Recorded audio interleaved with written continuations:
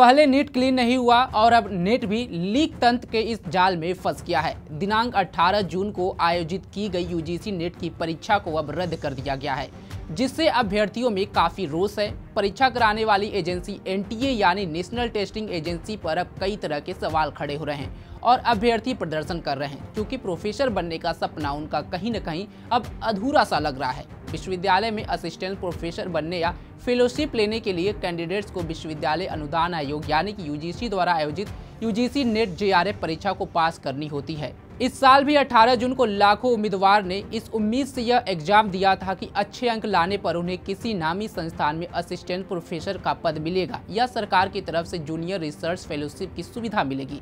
फिर एग्जाम के अगले ही दिन खबर आई कि परीक्षा रद्द कर दी गई है। इससे छात्रों का हौसला तो टूटा ही, साथ ही परीक्षा आयोजित कराने वाली एजेंसी एनटीए से भरोसा भी उठा है। 7 बार नेट क्लियर कर चुके शिक्षाविद अमित कुमार ने एक चैनल को दिए गए इंटरव्यू में नेट परीक्षा कराने वाली एजेंसी एनटीए की कार्यप्रणाली पर कई सवाल उठाए हैं। नमस्कार, आप देख रहे हैं पंजाबकेसरी.com। मैं सत्येंद्र शर्मा। नीट के बाद नेट भी पेपर लीक की जाल में फंस गया है और अब इस पर सीबीआई जांच की बात शिक्षा मंत्रालय की तरफ से कहा गया है।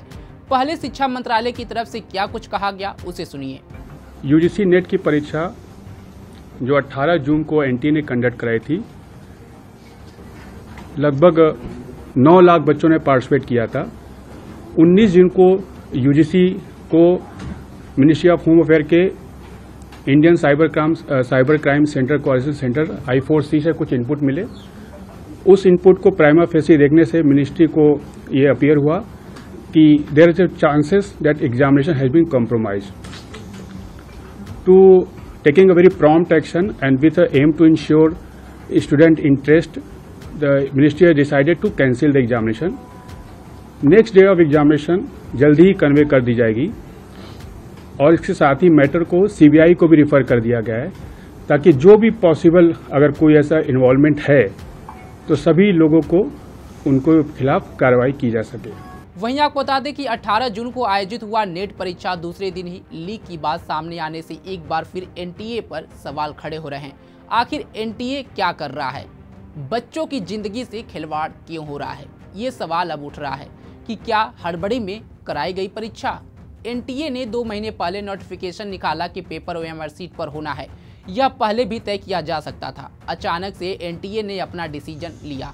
इससे लगता है कि यह परीक्षा बहुत हड़बड़ी में कराई गई। अमित कुमार ने इस साल हुए यूजीसी नेट एग्जाम में खराब और हल्की ओएमआर सीट दिए जाने का भी सवाल उठाया है।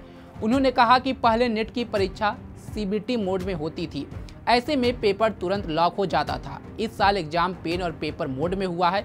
छात्रों की ओएमआर सीट इतनी पतली थी कि अगर उस पर थोड़ा जोर डाला जाता तो वह तुरंत फट जाता। लकड़ी की बेंच पर सीट रखकर स्टूडेंट उसे भर रहे हैं। अंत में कई छात्रों की ओएमआर सीट इनवैलिड हो सकती है। एनटीए को इन छोटी गलतियों पर भी ध्यान देना चाहिए था। अमित कुमार ने आगे कहा कि नेट पेपर लीक में यूजीसी नहीं बल्कि एनटीए का हाथ कहा जा सकता है। अमित ने बताया कि पेपर 1 में छात्रों से नेफ्रोलॉजी का सवाल पूछा गया था, जो कि जनरल स्टडी का सवाल है। अब आप सिलेबस को देखेंगे तो पता चलेगा कि उसमें जनरल स्टडी का कोई विषय है ही नहीं। अगर सवाल देना था तो पहले यह बताना चाहिए था कि हम करंट अफेयर्स के सवाल पूछेंगे। पेपर 1 के सिलेबस में करंट अफेयर्स है ही नहीं। अमित कुमार ने आगे कहा कि नेट क्लियर करने के लिए कैंडिडेट्स को पेपर 1 और पेपर 2 देना होता है। यह दोनों पेपर कंबाइन होकर आते हैं, जिन्हें 3 घंटे में पूरा करना होता है। पेपर 1 में 50 प्रश्न और पेपर 2 में 100 प्रश्न होते हैं। हर सवाल 2 अंकों का होता है। इसे पास करने के लिए कैंडिडेट्स को न्यूनतम 35% अंक लाना जरूरी है। इसके बाद जेआरएफ देना सेंट्रल के फंड पर निर्भर करता है। अगर सेंट्रल की तरफ से 10 लोगों को जेआरएफ दिया जा रहा है तो टॉप 10 स्टूडेंट्स को फेलोशिप मिल जाएगी। इसके बाद बाकी स्टूडेंट के लिए यूनिवर्सिटी फॉर्म निकालती है। कैंडिडेट्स इन फॉर्म को फिल करके नेट स्कोर के आधार पर एडमिशन लेते हैं। जब पीएचडी शुरू हो जाती है तब जेआरएफ के छात्रों का पैसा आने लगता है। अमित कुमार ने आगे बताया कि अगर 18 जून को हुई नेट परीक्षा में कोई गड़बड़ी नहीं हुई होती तो बच्चे समय पर अपना एग्जाम खत्म करते और समय पर उनका एडमिशन हो जाता। साथ ही उन्होंने कहा कि दिसंबर तक सभी एलिजिबल छात्रों की पीएचडी शुरू भी होती और कैंडिडेट्स को जेआरएफ भी आने लगता। कैंडिडेट दूर दूर से खर्चा करके एग्जाम देने आते हैं। हर किसी की आर्थिक स्थिति इतनी मजबूत नहीं होती है। कैंडिडेट टैक्सी आदि का किराया देकर सेंटर पर पहुंचते हैं। इन गड़बड़ियों के चलते बच्चों का काफी आर्थिक नुकसान भी हुआ है। एग्जाम सेंटर को लेकर भी अमित ने एनटीए पर सवाल उठाए हैं। उन्होंने कहा कि पहले परीक्षाएं यूनिवर्सिटी में हुआ करती थी, विश्वविद्यालय की निगरानी में पूरी परीक्षा होती थी। साथ ही उन्होंने कहा कि आप सोचिए भी ऐसा नहीं होता, इस बार कहां सेंटर था। मैं अपने एग्जाम सेंटर की बताऊं तो मेरा सेंटर ऐसा था कि वहां गूगल मैप भी काम नहीं कर रहा था। कई लोगों का पेपर इसलिए छूटा है क्योंकि एग्जाम सेंटर तक पहुंचने के लिए कोई वाहन ही नहीं था, ना तो कोई ई रिक्शा, ना ही कोई बस। मुख्य इलाके से 7 किलोमीटर दूर पतली सी रोड में मेरा सेंटर था। अगर खुद का वाहन ना होता तो वहां पहुंचना काफी मुश्किल हो गया था। ये तो एक शिक्षाविद का सवाल था, लेकिन उन लाखों छात्रों का क्या जिनके भविष्य पर एनटीए ने बड़ा सवाल खड़ा किया है। अगर माने एनटीए से गड़बड़ी नहीं हुई तो क्या नीट पेपर में भी एनटीए ने गड़बड़ी नहीं किया था? क्या नीट के बाद नीट पेपर लीक कैसे हुआ? एक तरफ अभी नीट का मामला फाइनल नहीं हुआ है, उस पर कई सारे सवाल उठ रहे हैं। बिहार में पेपर लीक का मामला निकल के सामने आ रहा है, तो दूसरी तरफ अभी नीट क्लीन नहीं हुआ तो वहीं पर अब नेट पर भी सवाल खड़े हो गए हैं।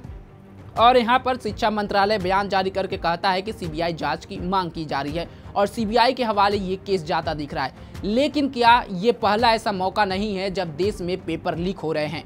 इसके पहले भी कई ऐसे सारे पेपर हैं जो लीक हुए हैं, जिसमें अभ्यर्थियों परीक्षार्थियों की जिंदगी को कहीं ना कहीं खराब कर दिए हैं।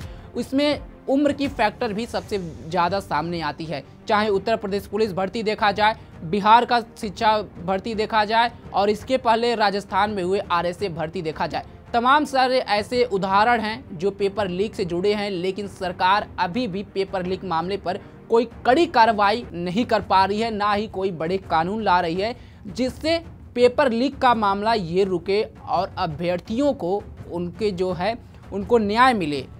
अब देखना होगा कि जिस तरह से 2 बड़े मामले आए हैं और देश में उबाल छाया हुआ है, छात्र लगातार प्रदर्शन कर रहे हैं, विपक्षी पार्टियां लगातार सरकार पर बड़े आरोप लगा रही है।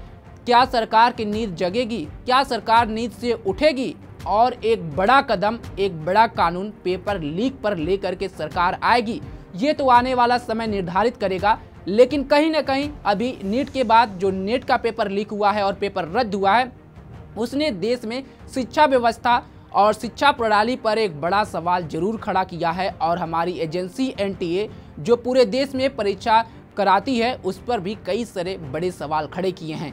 आपकी इस पर क्या राय है? कमेंट बॉक्स में जरूर बताएं। तमाम खबरों के लिए जुड़े रहे हमारे साथ और देखते रहें पंजाब केसरी.com। धन्यवाद।